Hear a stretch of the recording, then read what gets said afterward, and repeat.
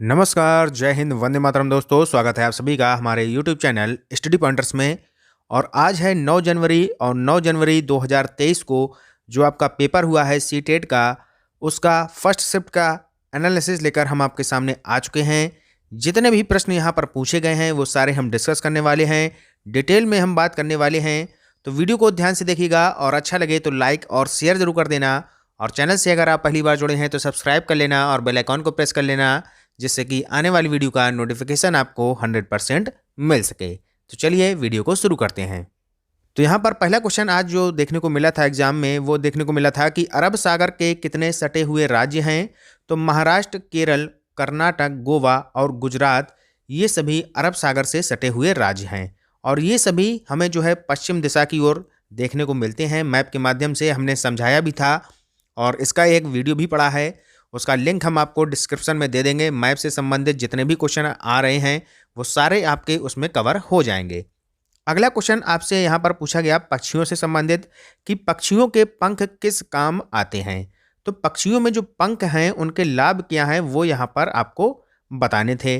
तो पहला पॉइंट यहाँ पर दिया है कि वे उड़ान में मदद करते हैं, सर्दी, गर्मी व वर्षा से शरीर का बचाव करते हैं इनके जो पंख हैं, रंगों से अपनी जाति की पहचान कराते हैं, नरों और मादाओं से आकर्षित करने में ये सहायक होते हैं, एक दूसरे को संकेत भेजने के लिए ये एक दूसरे के काम आते हैं और लड़ाइयों में ये काम आते हैं। तो ये सारे यहाँ पर लाभ होते हैं जो पक्षियों के पंख होते हैं। ठीक है, तो एक क्वेश्चन यहाँ से देखने को मिला था।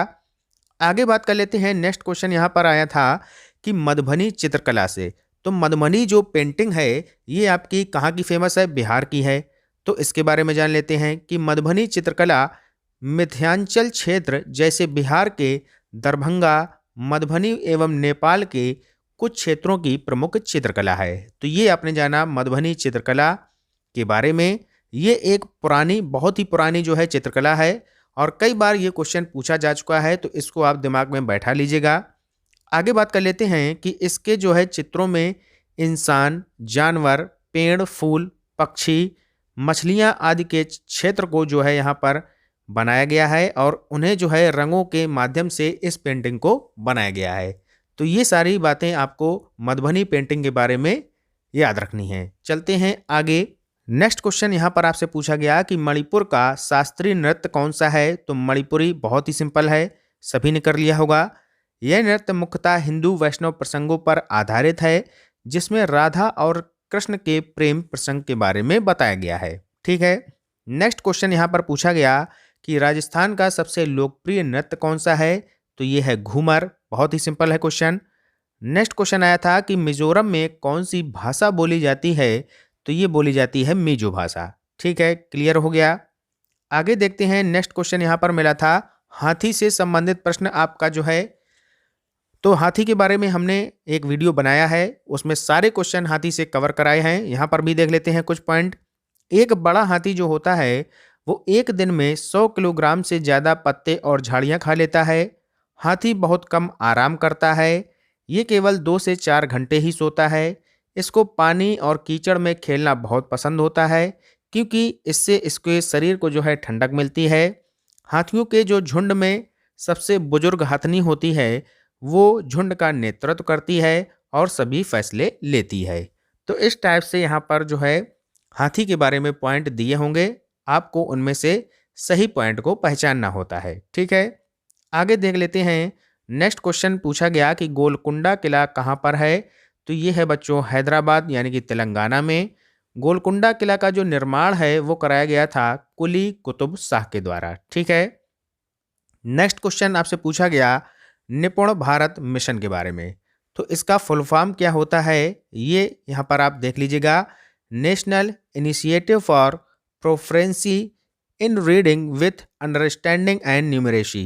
निपुण भारत योजना की जो शुरुआत है ये बच्चों हुई थी 5 जुलाई 2021 को इसकी शुरुआत की गई थी। ठीक है, आगे चलते हैं।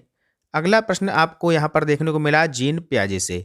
तो जीन पियाजे जो हैं स्विट्जरलैंड के मनोवैज्ञानिक थे। इन्होंने संज्ञानात्मक विकास के सिद्धांत के बारे में बताया था और 4 अवस्थाएं प्रमुख उसके बारे में बताई थीं। कौन कौन सी? संवेदी गामक अवस्था, जन्म से 2 वर्ष तक, पूर्व संक्रियात्मक अवस्था 2 से 7 वर्ष तक, मूर्त संक्रियात्मक अवस्था ये होती है 7 से 11 वर्ष तक।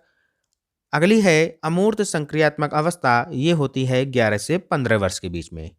तो जीन पियाजे से संबंधित आपको यहाँ पर प्रश्न देखने को मिला है। अगला है पियाजे के अधिगम के संज्ञानात्मक सिद्धांत के अनुसार वह प्रक्रिया जिसके द्वारा संज्ञानात्मक संरचना को संशोधित किया जाता है ये क्या कहलाता है? तो ये बच्चों कहलाता है स्कीमा।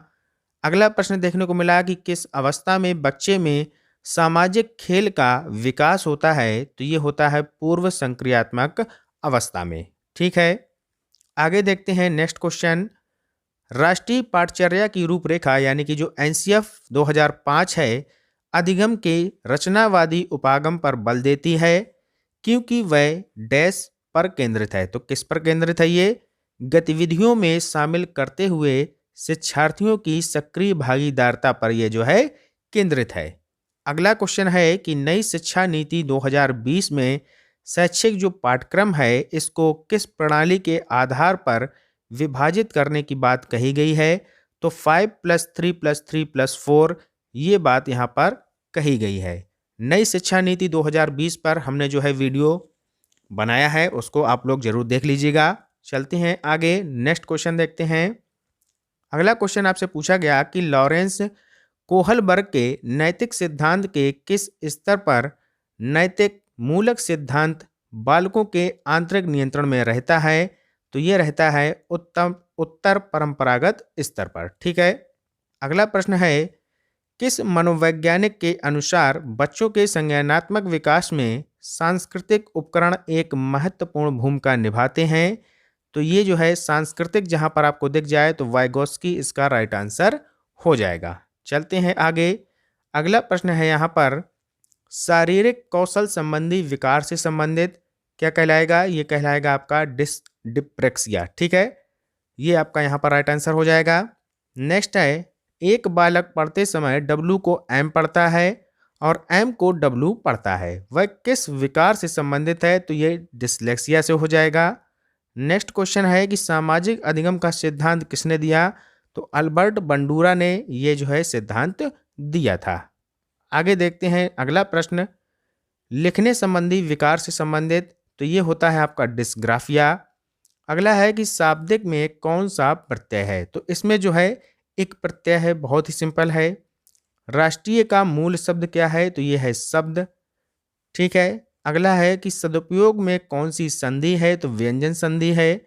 सदुपयोग का संधि विच्छेद क्या हो जाएगा? तो सत धन उपयोग यहाँ पर इसका राइट आंसर हो जाएगा। आगे यहाँ पर देखते हैं तो हिंदी में एक बताया गया था बच्चों के द्वारा कि महात्मा गांधी से संबंधित एक पैराग्राफ आया था, और कविता में वहाँ पर अगर बात करें तो जागृति जागृति से लगभग एक यहाँ पर कविता से संबंधित पैराग्राफ देखा गया था। तो वो जो भी बच्चों के द्वारा हमें बताया गया वो हम आपको यहाँ पर बता रहे हैं। आगे बात करें तो वैन हेले से एक संबंधित क्वेश्चन आया था, क्या था एग्जैक्ट वो यहाँ पर बच्चों ने नहीं बता पाया है। गणित में बात करें तो ट्रेन से संबंधित क्वेश्चन देखने को मिल रहे हैं। आयत हुआ, समचतुर्भुज हुआ, भिन्न से संबंधित यहाँ पर प्रश्न आ रहे हैं। एलसीएम एचसीएफ हुआ, संपूरक कोण हुआ, स्थानीय मान से संबंधित प्रश्न यहाँ पर देखने को मिल रहे हैं। तो ये सारे क्वेश्चन यहाँ पर आज की शिफ्ट में यहाँ पर पूछे गए हैं। तो वीडियो कैसा लगा जरूर हमें कमेंट बॉक्स में बताएं। और एक महत्वपूर्ण बात हम आपको बता दें कि शाम को 6 बजे हम आपके लिए ईवीएस की क्लास लेकर आने वाले हैं। मैराथन क्लास होने वाली है, लेकिन संपूर्ण उसमें जो रिवीजन है वो बहुत ही जल्द, केवल और केवल 20 से 22 मिनट में सारे वहाँ पर टॉपिक हम कवर करने वाले हैं लगभग। तो उसको देखना ना भूलिएगा, वो वीडियो आपको शाम को 6 बजे मिलने वाली है। तो बने रहिएगा, हमारे चैनल से जुड़े रहिएगा। और जैसे ही सेकंड शिफ्ट का एग्ज़ाम यहाँ पर होता है उसके एनालिसिस के साथ हम आपके लिए फिर से हाजिर हो जाएंगे। तो मिलते हैं नेक्स्ट वीडियो में, तब तक के लिए good bye, have a nice day. जय हिंद, जय भारत।